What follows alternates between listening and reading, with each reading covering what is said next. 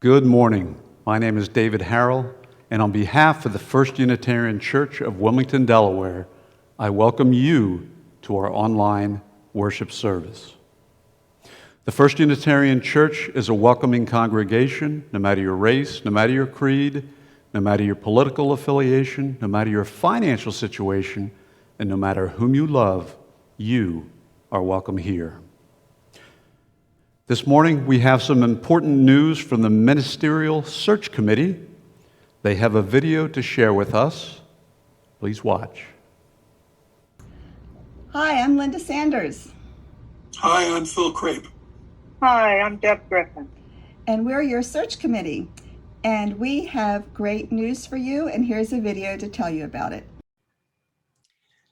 Hi, I'm Reverend Larry Pierce, and I want to provide a brief introduction to myself, as I also really look forward to the opportunities that we will have beginning in August to get acquainted with one another. The preparation of the profile of your congregation by your search committee and our conversations together to discuss this ministry lured me towards First Unitarian Church of Wilmington at this tender and crucial time in your congregation's life. They gave me an impression that you care about your congregation, that you want to be attentive to how you move forward as you engage again, step by step, in the shared ministry that will unfold as you come back together after all of the changes of this past year. The search committee were delightful, and they assured me that you are delightful too. So I look forward to experiencing that. Together, both the search committee and myself felt that some of my experiences as a minister, a counselor, a congregational consultant for over 34 years, matches some of what you need at this time. You can read more about my professional journey in ministry on my website. But let me just say a few highlights for now. I have served local congregations as a minister, Unitarian Universalist congregations. I worked for the national staff of the Unitarian Universalist Association for at least 10 years. My focus was congregational growth and development. Following that, I was a senior consultant with the Alban Institute, which is a national resource for congregations and their leaders across many faith traditions. And during those 11 years, I worked with congregations during times of transition, sometimes times of conflict, and oftentimes as well to help them achieve, approach, and accomplish the aspirations that they had for themselves. I have also directed a national program for continuing professional development for clergy at different seasons of ministry. I've been a seminary professor leading courses in leadership and transforming conflict and change. And I've led retreats nationally and internationally as well with congregational leaders on career or personal transition, or on congregational dynamics and leadership. Over the last 3 years, I've been drawn back into ministry and local congregation, and this is what leads me to you. I believe that transitions bring forth the personal, the spiritual, and the organizational capacities within a congregation, and they provide an opportunity for you to do the work of ending, really doing the work of letting go of whatever needs to be let go of, but to do so in a careful and attentive way. To also be attentive to the in-between time where you can move into some deep reflections of who you are, who you want to be, and then discover your new beginnings. I'm ready to devote what I have to give and who I am to this shared ministry with you. Thanks to the search committee for that great news. And now, let's prepare our hearts and minds for worship.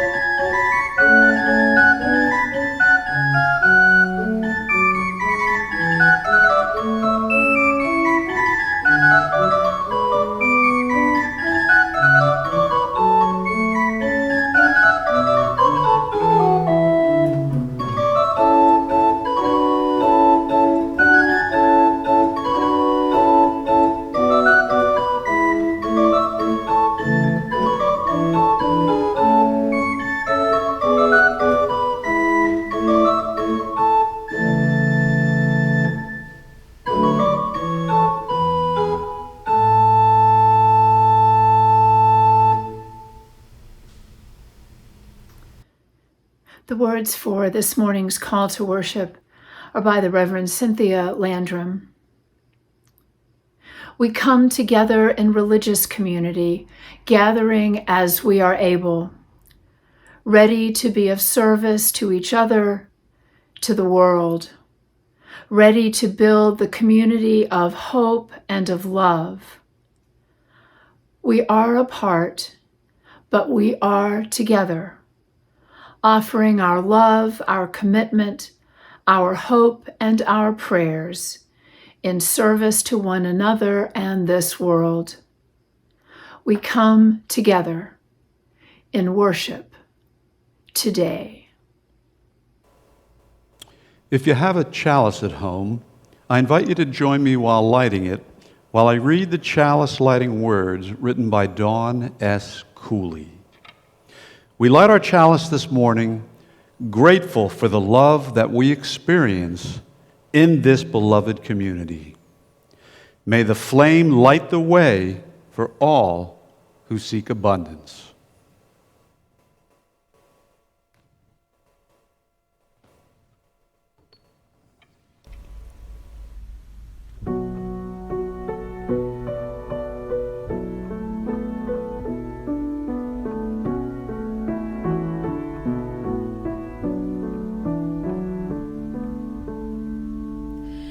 Faith is a forest in which doubts play and hide. Insight can hear the still small voice deep inside.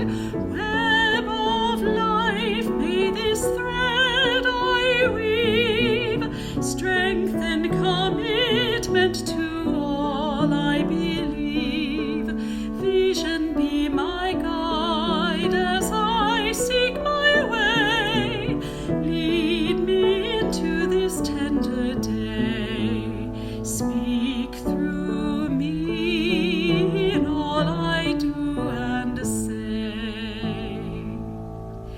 Seeds of both meek and strong are scattered in air. Dignity shines undimmed by bigotry's glare. Web of life, may this thread I weave help me bear witness to all I believe. Justice be my guide as I seek my way. Lead me into this tender day. Speak through me in all I do and say. Fortune and famine ride the swift winds of chance. Sorrow and pleasure seem united in dance. Web of life, may this thread I weave mingle compassion with all I believe. Mercy be my guide as I seek my way. Lead me into this tender day. Speak through me in all I do and say.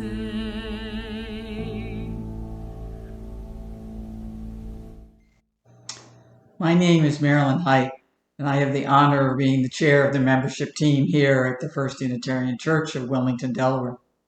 Today, we welcome 7 new individuals into membership at our church. They are George and Linda Helton,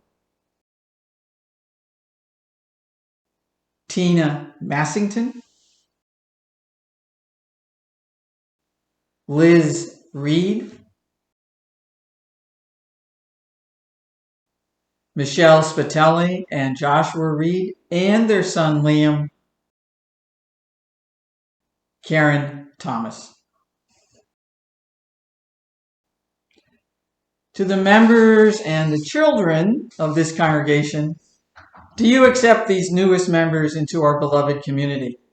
Do you promise to make them feel welcome, to share your insights, your concerns, your hospitality, resources, and your needs? Will you further welcome the special talents and resources of these new members recognizing that change and growth are signs of health, being unafraid to be enriched by their presence? If so, please answer, we do.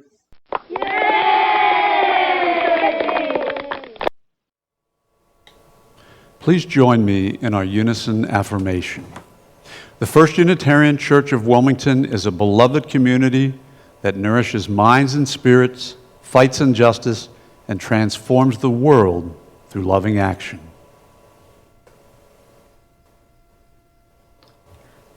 The words of our prayer are by the Reverend Elizabeth Bukey. Spirit of life, love which holds us, we are grateful for the gift of another breath and for each moment of connection, beauty, and truth. Cry with us in our pain for the world. Remind us that we are loved just as we are. Remind us that we are connected with all that is. Remind us that we do not journey alone. Give us what we need for today. Call us back to our promises, commitments, and values. Help us love ourselves and each other, and to show that love in our actions. Make us instruments of justice, equity, and compassion. Free us from all that is evil. We declare that life and love are stronger than tyranny and fear, that a world of beauty and of love is coming, and we must shape it together.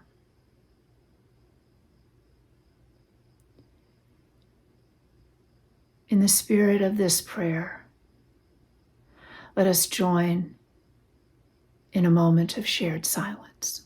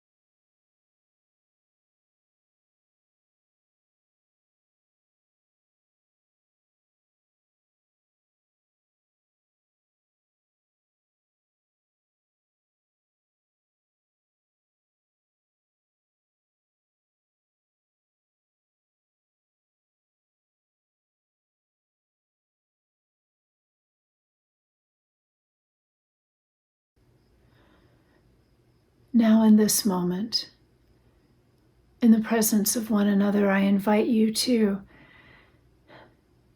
write into the chat, say aloud wherever you are, or simply hold in the silence of your heart the names of those for whom you have care and concern this day.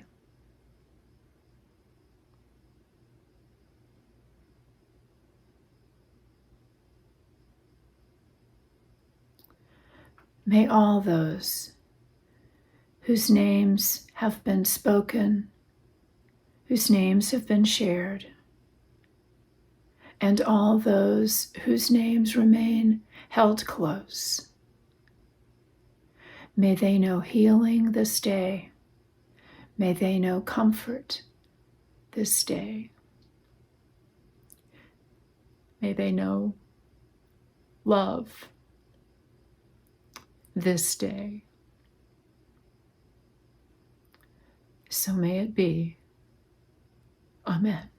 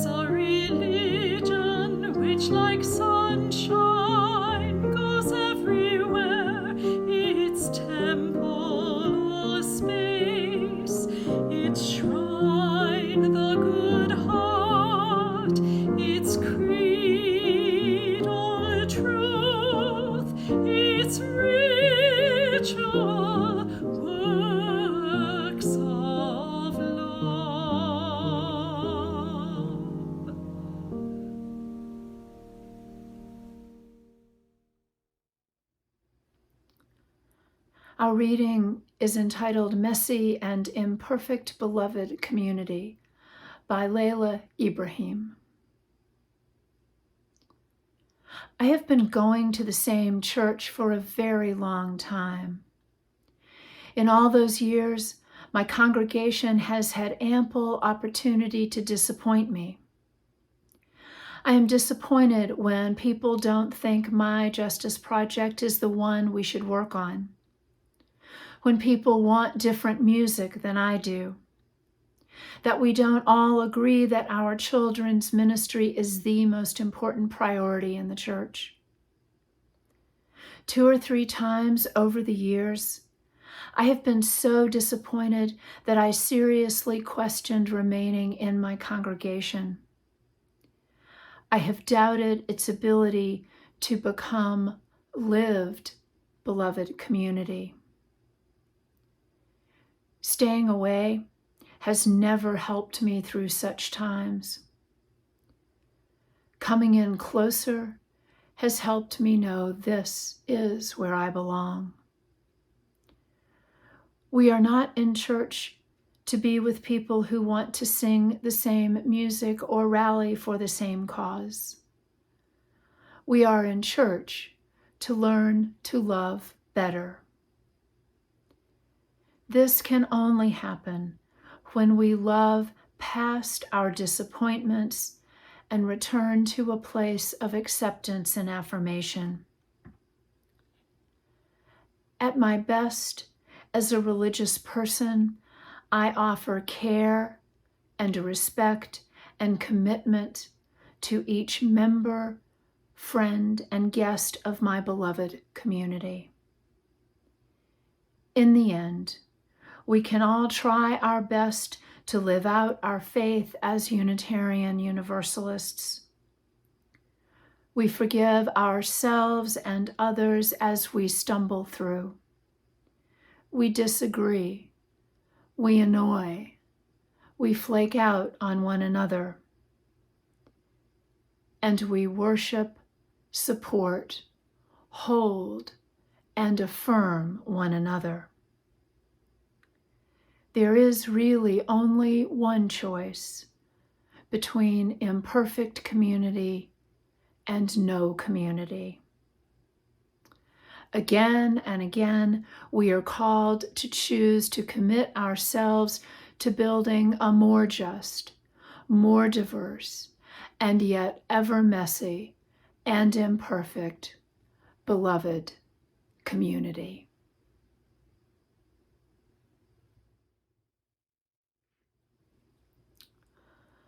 What a morning. We've had good news from the search committee. We've recognized our newest members. We will have an opportunity to financially support you, Dan. At this critical time in the work of justice, you'll hear more about their work in a little bit. And this service also brings some very special music following the offertory. For my part, I have 2 personal stories to tell about times when imperfection showed up and learning to love better prevailed. Here's the first. I lived in the South, in Virginia and Tennessee, all my life until I was called to serve as one of the ministers with the First Parish in Lexington, Massachusetts. Previous visits to the Boston area taught me that ordering iced tea in a restaurant in February brought only odd looks from the waitstaff and no iced tea. Upon moving to the area, I found that my efforts to engage store clerks in friendly chit-chat as I was checking out often fell flat. Despite such minor cultural missteps, I didn't think of myself as a stranger in a strange land until the worship service had ended and folks were on their way to coffee hour. A beloved elder stopped me. Do you know what you said in the service? He seemed serious, and I started reviewing everything I could remember about what I had just said. Was it possible? Could I actually have uttered a 4-letter word out loud and not known it? With a twinkle in his eye and in his best serious elder voice, he said, "You said, y'all. You said y'all in the service." For an early mistake in a new ministry, this one was okay. Roland had a bit of a twinkle in his eye and a kind of gotcha smile. It was a playful moment, but with a side of potentially serious. Saying that 4-letter word in church was not fatal. No one was harmed. And telling this story all these years later, well, it seems like such a small thing. But the fact that I remember it reveals the impact of that moment, the impact that moment had on me, the impact of a moment when cultures met. Roland was joking, and he was also serious. Do you know what you said? Telling this story now, I know that every day in this country, cultures and identities clash, and they do not end as mine did. We are in church to learn to love better in big ways and in small ones, y'all.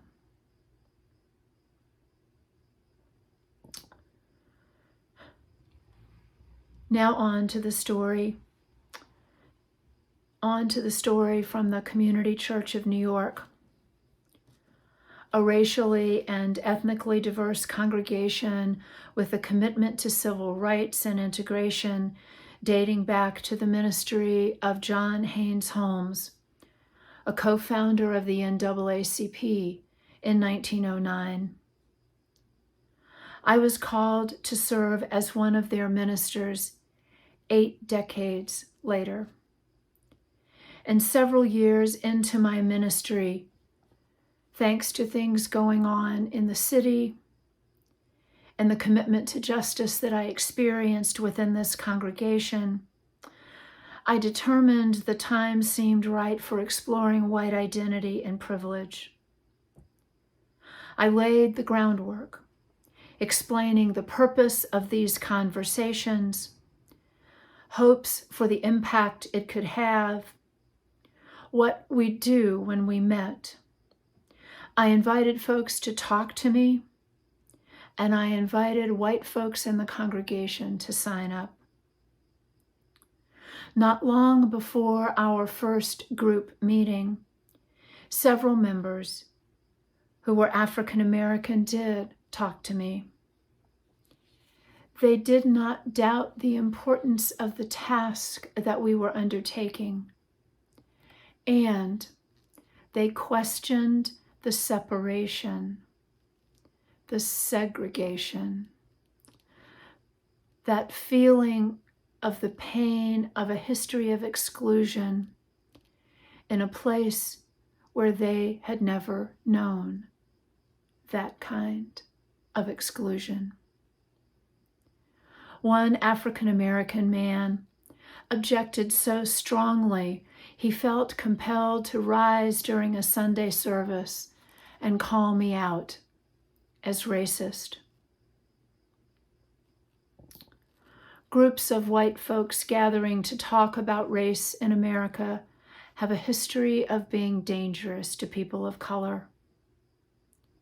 How could I intentionally do something recalling that history of violence?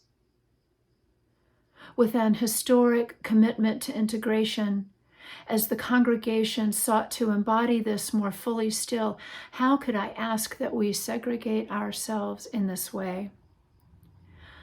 I didn't doubt the importance of what I had asked of the congregation, and I could not avoid knowing the pain and anger I caused.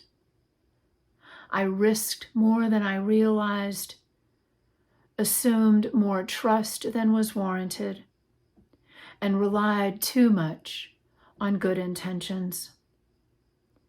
I could have lost more than I ever imagined. With much soul searching on my part, with an honest apology for the trust violated and harm done, with painful lessons learned about culture and identity, about intention and impact, after conversations and with compromise, we agreed that the trust broken could be restored. The group met, and we, the congregation, came through this together. We are in church to learn to love better in small ways and very big and very complicated ones.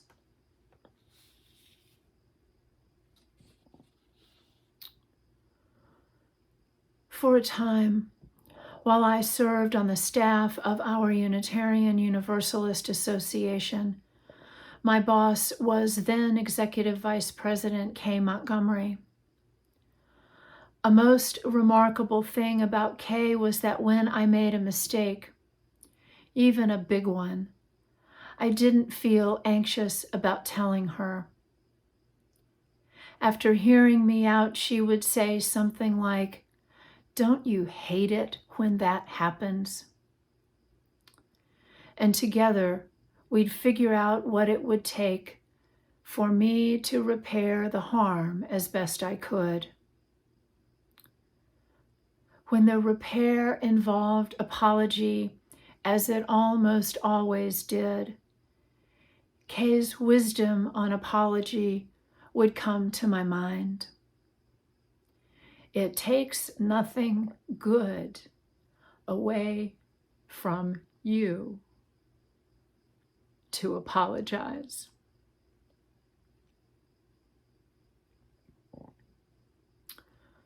Just one more and last thing. A few words from the Reverend Meg Riley, former senior minister of the Church of the Larger Fellowship. In a reflection on mistakes, Meg wrote, "There is simply no way to live in the world without making mistakes. But there is a way back into connection. Our calling is not to be perfect. Our calling is to be in caring, honest relationship. Beloved and imperfect, we are here in church to learn to love better."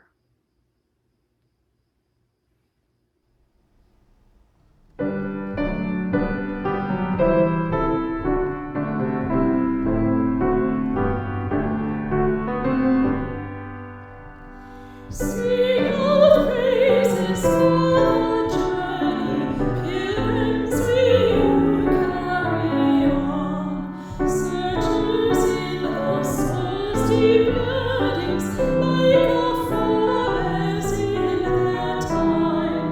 We seek out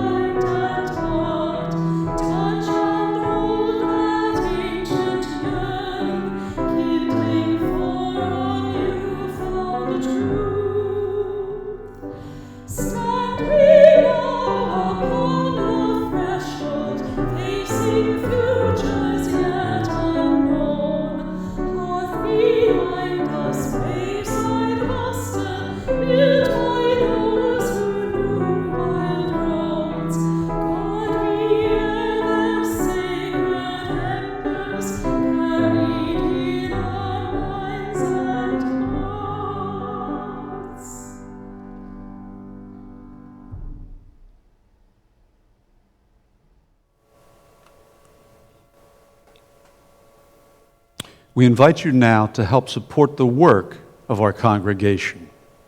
Today is a special offering where all the contributions will go to support the Unitarian Universalists Delaware Advocacy Network. Please listen to this very important announcement from Becky Laster. Hi, First U friends. I'm here today with two UUs, one from Mill Creek and one from Southern Delaware, and we're going to tell you about UU Dan. We really hope you're inspired to give generously for this special collection.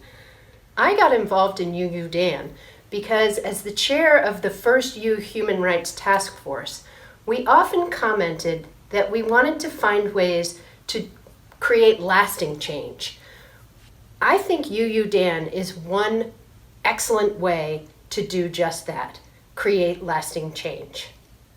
Last year, for example, we spearheaded the UU the Vote Delaware initiative for the general elections and the U.S. Senate runoff elections.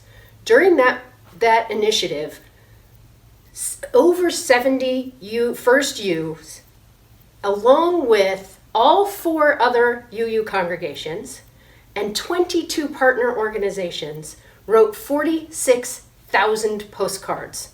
Those postcards went to people living in southern states who were registered voters.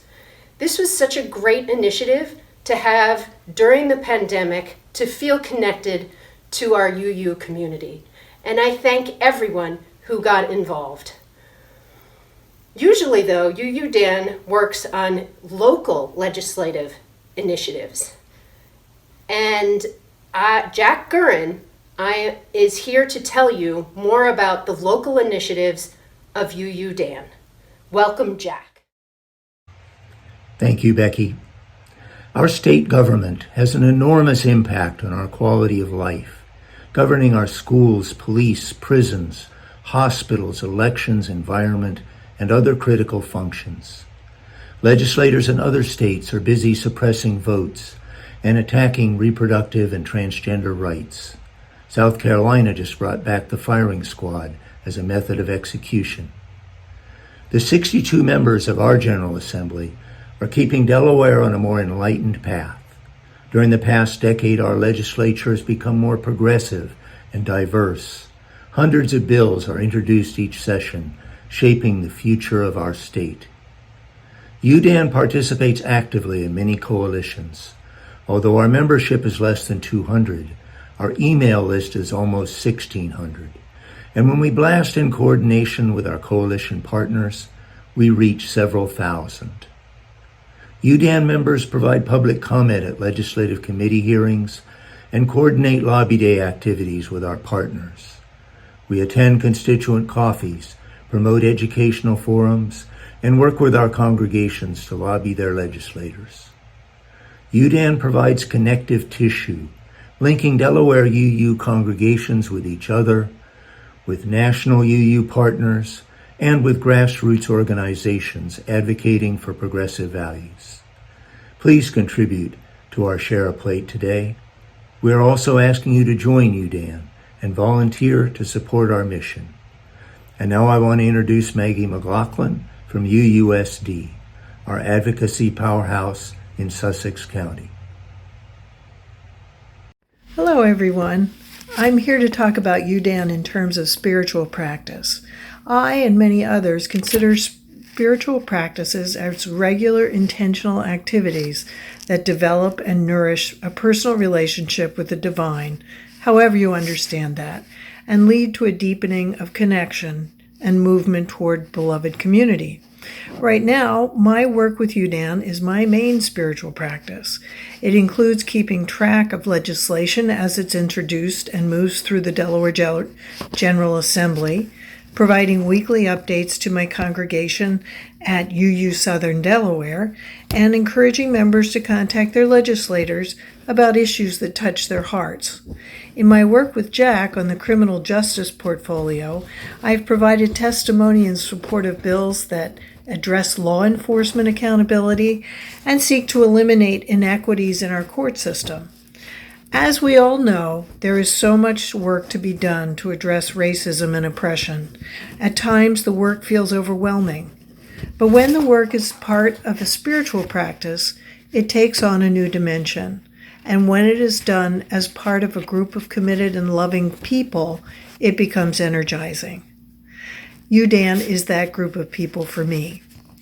Soon at UU Southern Delaware, we will begin studying the proposed 8th principle, which states, "We, the member congregations of the Unitarian Universalist Association, covenant to affirm and promote journeying towards spiritual wholeness by working to build a diverse, multicultural, beloved community by our actions that accountably dismantle racism and other oppressions in ourselves and our institutions." The 8th principle tells UUs that we need to acknowledge the diseases of racism and white supremacy, and that we must actively denounce all forms of human oppression, exploitation, and domination. One way to live into the call of the 8th principle is to direct the actions of the Delaware legislators to draft and pass legislation that supports justice for everyone in Delaware. UDAN can help you have a voice. I encourage you to get involved. Your financial support today is a first step. Then join us to make advocacy part of your spiritual practice. Thank you. There are several ways to give, as posted on your screen. The first is to mail a check to the First Unitarian Church with Sunday offering written in the memo line. The second way is to give directly from our donation page with the link provided. The third way is to use our Give Plus app on your smartphone. Simply select First Unitarian Church, Give Now. Please join me in dedicating our offertory to the work of this congregation, which is weaving a tapestry of love and action. We dedicate our lives, and these are offerings.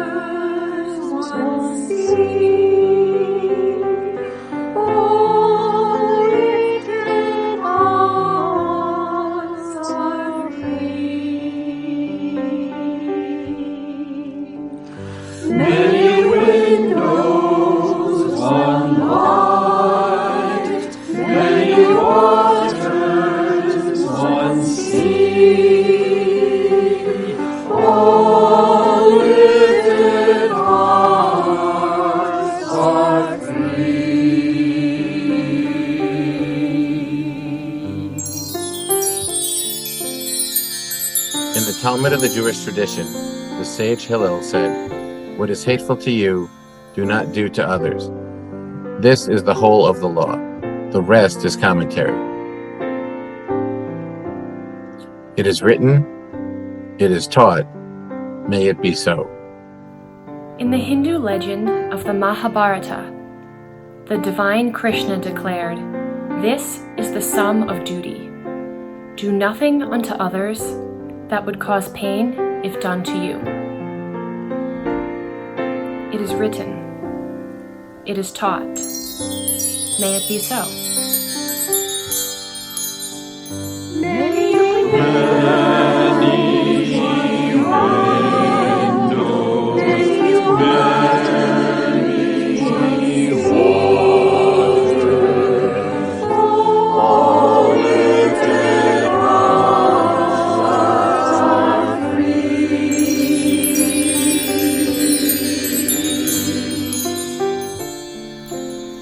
Gospel of Matthew, in the Christian scriptures, the Messiah Jesus says, Whatever you wish that others would do to you, do so to them.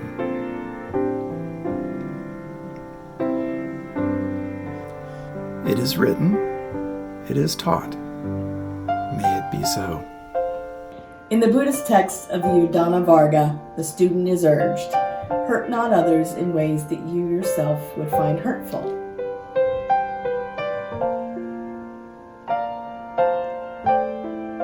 It is written, it is taught, may it be so.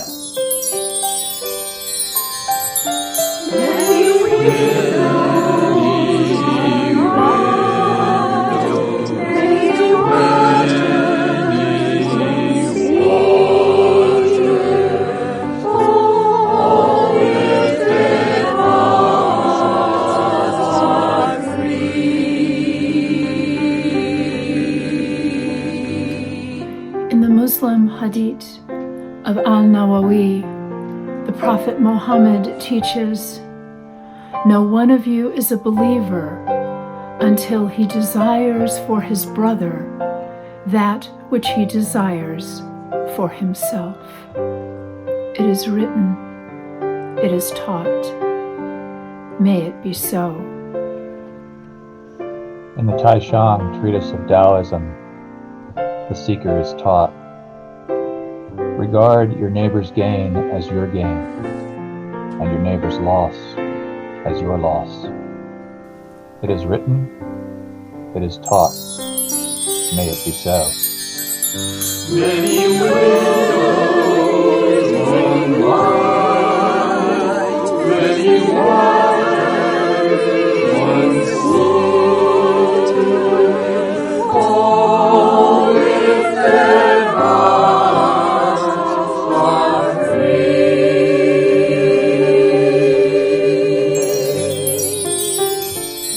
In the ancient wisdom of Shinto, there's a saying, "The heart of the person before you is a mirror. See there your own form." It is written, it is taught, may it be so.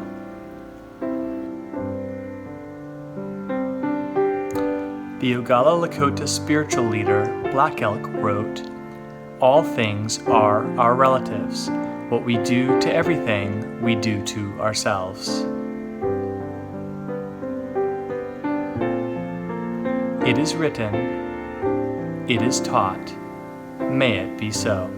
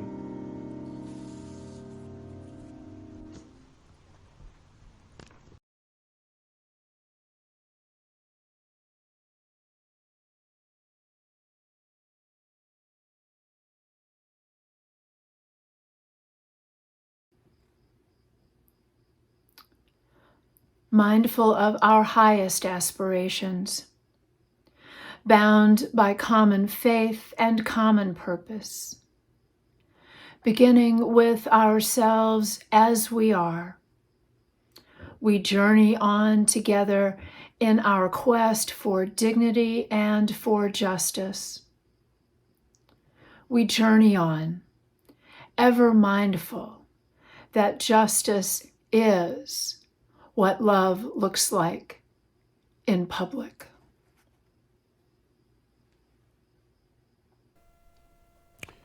We extinguish this chalice with the words of Amy Zucker Morgenstern. Never has it been more true than now. We extinguish this flame, but the sparks within us remain alight.